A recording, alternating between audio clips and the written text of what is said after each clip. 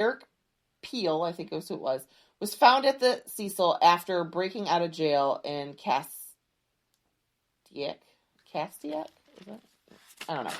Anyway, he broke out of jail and ended up going to the Cecil. Now, are you stupid? Wouldn't that be the first place someone would kind of look for you? Like, what are you thinking? Oh, boy. According to the LA Times, July 8th, 2003, a man found dead in a room at the Cecil, possibly of strangulation. Police did not identify him nor why it happened. Okay. And they were like, okay, see ya. Because that's what the police did. That was 2003. Yeah. That wasn't even that long ago. In 2011, the hotel decided we need to change our brand. We need to revamp some things because the Cecil has a little bit of a reputation. So they decided that they were going to also call the Stay on the Main. So one side of the hotel was the Cecil, and the other side of the hotel was Stay on the Main. So when they marketed it and put it online for unsuspecting tourists that were coming to the area, they would book a spot at Stay on the Main. It looked beautiful. Oh, it looked fantastic because the lobby was gorgeous. But they were really staying at the Cecil, so it was really shitty and awful that they did it because some people might not want to stay there. You think? They would have separate reception areas during the day, but shared all the same facilities. And their website, if you went to the main website, if you clicked on their website, you know how you can do that when you're booking things and like whatever, it said thececilhotel.com. But if you didn't click on it, you just got it through Expedia, you would never know that you were going to go there. And they think that's what happened to Alyssa Lamb, which we're going to talk about very briefly. I'm not going to get really into it because there's so much stuff on her, but they rebranded it. She booked her room at the Stay on the Main. And a lot of other people did too, because they were trying to become more of an upscale hotel again. But you're the Cecil. And Richard Ramirez, if he stayed there, I'm sorry, Stanky Chops. If he's staying there, you're not getting away from that history. No, you're not getting away from it. You're not. 2013, there was attempts made to turn the 400 rooms in the hotel as 400 vacant rooms in the hotel into affordable housing for the homeless. They were really pushing for that, which would probably have been amazing to do, getting people off the streets. But of course, politicians and business owners around the area said, nope, and it never happened. Because God forbid you try to do something good. Oh, Let's change the energy here. Can we do something good here? No. Then where are the processes going to take their Johns, Colleen? Yeah, I know, right? Man, these businessmen need someplace to take their prostitutes, please. How dare you not think of them? The last person to jump at the Cecil was June 12th, 2015. A body of a young man was found on the street outside the hotel. He appeared to have, they guessing he jumped off the hotel because he had fallen from great heights. He was 28 years old and found dead at the scene. The manager said that he did not stay at this hotel. He wasn't a guest, so he wasn't checked in. The police never released his name and never knew if he jumped or someone hurt him because they don't give a shit about anyone in Skid Row. Because if you were over there, who cares? And it did say that because of the release of the mentally ill people that had mental illness got released, and a lot of people ended up, because you're homeless, you're going to go where it's warm. So it was like a stampede towards there, and that was like a draw because Skid Row was a place, and there was a community kind of there of homeless people. And that they were very overwhelmed with the amount of crime that was happening around this area. However, I think they were overwhelmed because they didn't try to solve any. Maybe if you solved some crimes, it wouldn't be as many crimes. I don't know. That's just my idea. Crimes because they won't ever get solved. Exactly. People don't care. Let's see here. Anne Prince. If you watch the Netflix documentary on the Cecil and the Alyssa Lamb case, she's the hotel manager they interview in it. She's a little weird, but she said in the 10 years that she worked there, from 2007 to 2017, 80 people died. Oh my God. Now, I'm just talking about the jumpers, the maybe murders that were... Overdoses, probably. Most of them were not murders. Probably a lot of overdoses happened there. Like heart attacks, things like that. But the fact that 80 people in 10 years died... That's a lot. That's a lot. I mean, one of them was the jumper, the one guy that jumped. Because that's the only one that I had. But, the mystery, like I keep thinking, the mystery around all these things were in the unsolvedness and the bad juju that this building holds is horror. And do you know what I want to do? I want to go there so bad. Oh, me too. I would like to go and spend one night at the Cecil. Not on the top floor. Not on the 14th floor. No, thank you. I'd go to the second floor. I'd just be afraid something 7th and 8th floor. Wind would blow through my room and blow me out the window. Yeah, definitely not saying the 7th or 8th floor because that's where all the jumping happens. I think they need to, honestly, you go to stay at the Super 8 hotel that's like cheap ass and you're in a top, you can't open those windows. No. They don't open. No. Well, you gotta think this was built in the 20s and this was like in the 60s and 30s. People were, the windows probably opened then. Right. They didn't care. Now they don't let it open them. But they probably just trying to find their way up to the top floor and then jumping off. Yeah. Okay, that makes more sense. Yeah, and the one woman that threw her baby out, she had to go to another floor to be able to get a window that opened. I remember reading that. So that is premeditated. That's a little weird. I don't know. If it was her room, it's a little. No, it wasn't. She went up a floor to find an open window. And then... To find an open window. That's strange. Yeah. That's crazy. Yeah. So now we're at the point where the most famous probably thing right now is the Alyssa Lamb.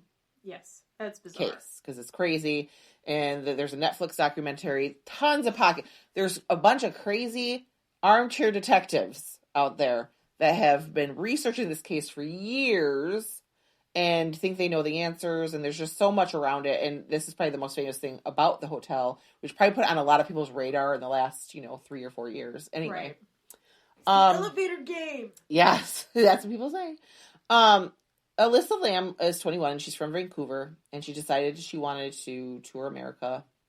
She wanted to come and live her life and see the world, and that was her goal. She decided to start in the West Coast. So she went She lives on the West Coast. Yes, makes sense, right? She comes down the coast. She's in San Francisco or San Diego, and then she heads to LA. She checks into the Cecil. Understand the main, which she saw online, and it looked pretty nice. So she had no clue what she was getting herself into. One of the main reasons they think that she picked that is because she was a huge book lover, and there was a really cool bookstore down the street, which also is known to be haunted. Ooh, interesting. And between that and the price was really good. You're like, this nice hotel, and this price is fantastic. Yeah, it's good because you're at the Cecil, and Stinky Chops was there. When she booked the room, she had no clue she'd be staying at LA's Murder Hotel, which is another name. Murder Hotel, LA's most haunted hotel, or the Suicide were the names of the hotel that people in LA give them.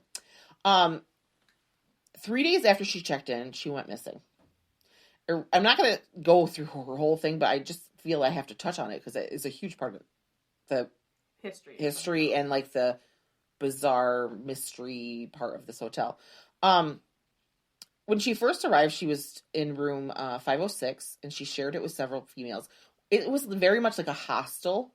So you would sleep in a room with a lot of people, and you shared a bathroom kind of thing. Uh-huh. So a lot of times people were staying in rooms with like 4 or 5 other people.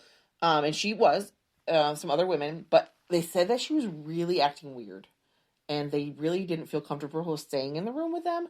So they went to the management and asked her to move, and they moved her to another room where she was by herself.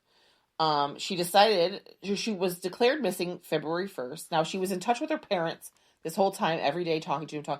Then she didn't, and that was not like her. She would talk to her parents. That wasn't weird. So her parents contacted the hotel when they hadn't heard from her, and then they declared her missing. The hotels, so they did an investigation on this. They went to her room, and they saw that it was completely a wreck. But it wasn't like ransacked. It wasn't like someone was in there burglarizing or fighting. It was just, it was more of like a mental health looking destroyed room. Not, right. I think that she's 21, and that's about when people start to show signs of schizophrenia. Yeah. Well, there's a lot of more things. The hotel CCTV cameras, and this is where you'll see, and I'll share the link to this so you can watch her. And this is the creepiest thing. If you've seen the footage of the elevator, it's scary. It is something out of a horror movie. You see her in the elevator. She's alone. She appears to be talking to someone, but you can't see the person. They're not on camera. If there is a person, we don't know.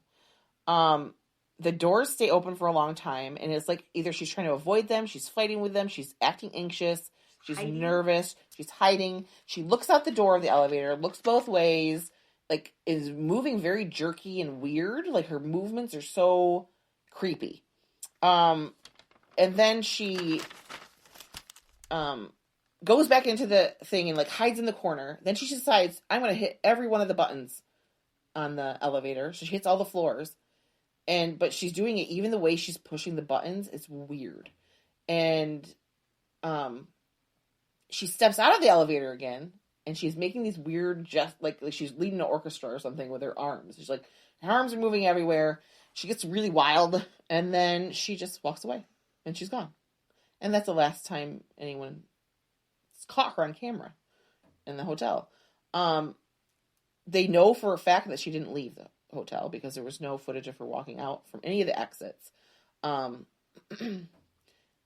so they spent the night searching, going in and out of every room, trying to find her. Could not find her in the hotel. 3 weeks after she went missing, guests called the front desk to complain about the water pressure and the weird dark color and the weird taste the water had. This is horrible. A hotel employee went to the roof to check one of the 1,000-gallon water tanks that they had up there, the storage unit. They had 4 of them. He opened the tank, and there was Alyssa Lamb's partially decomposed body. People were drinking the water that she was... Yeah, I know. People were drinking water where her body was, so that's why it was discolored and stinky, and the pressure was bad because this poor girl. The police couldn't find her, so they decided to release that footage to see if anyone knew what was going on. No one did. But they put made a lot of armchair detectives come to life. There's like YouTube channels dedicated to Alyssa Lamb. There's podcasts dedicated to it. Yeah. First they said that it could not be determined, her death first. And then it said an accident. It got changed. So people thought that was weird. The coroner changed it. But coroners, sometimes things come up and they realize, oh wait, we saw this. A piece of evidence. I don't know. I'm sure coroners aren't 100% every time, and maybe they could very well determine it as an accident. But that made people like, oh, this is suspicious. Why is he changing it? Why is he saying that they couldn't tell, and now they're saying it's an accident? Now, Alyssa did have a diagnosis of depression and bipolar. And when they did the tox screen, and I think this is part of the reason why they think it was an accident, is that her medication was too low. Like she may have gone off it or wasn't taking it. Now, anyone that has bipolar or anything else, any other kind of mental health thing, not ever being on medicine, it's hard to function and to do things. But if you've been on medicine and you abruptly go off it, it can cause hallucinations. It can cause weird things to happen. Paranoia. Mm-hmm. She was very anxious. She was talking to something that wasn't there. Especially if the girls that were living with her said she's acting strange and we don't feel comfortable living with her. Right. And the fact that the hotel was like, okay, we'll just stick her in another room and not... I place some blame on the hotel because she's staying there and you moved her to another room after they said... But again, you're at the Cecil. They don't care. I don't know if anybody would. They're like, she's acting weird and but people are weird. So how do they know that that's true? Well, and plus look who the people that stayed there. Right. I mean, and it's like, anywhere though. Like, if you're in a hostel anywhere, they'll be like, this person's weird and we don't want to live with them. Be like, normally they'd say, suck it up. Don't worry about it. But at least they were nice and they moved her. You know what I mean? But that's not, like, she's not being violent or... No. You know what I mean? So it's like, it's not really their job, I think, said that when she went to the bookstore, she got kicked out for being aggressive and acting weird. They kicked her out of the bookstore, too. So when they were searching, they did, where they smell her clothes and the dogs were going... Her scent ended at a window. So that they think that where the fire escape was, that she was... Climbed up the fire escape. Climbed up the fire escape, went up there and went in. And if she thinks she's paranoid, she's hiding, she thinks something's after her, hiding in that water tank... could have been an option in her head. Like, this is safe. And then she couldn't get out and drowned.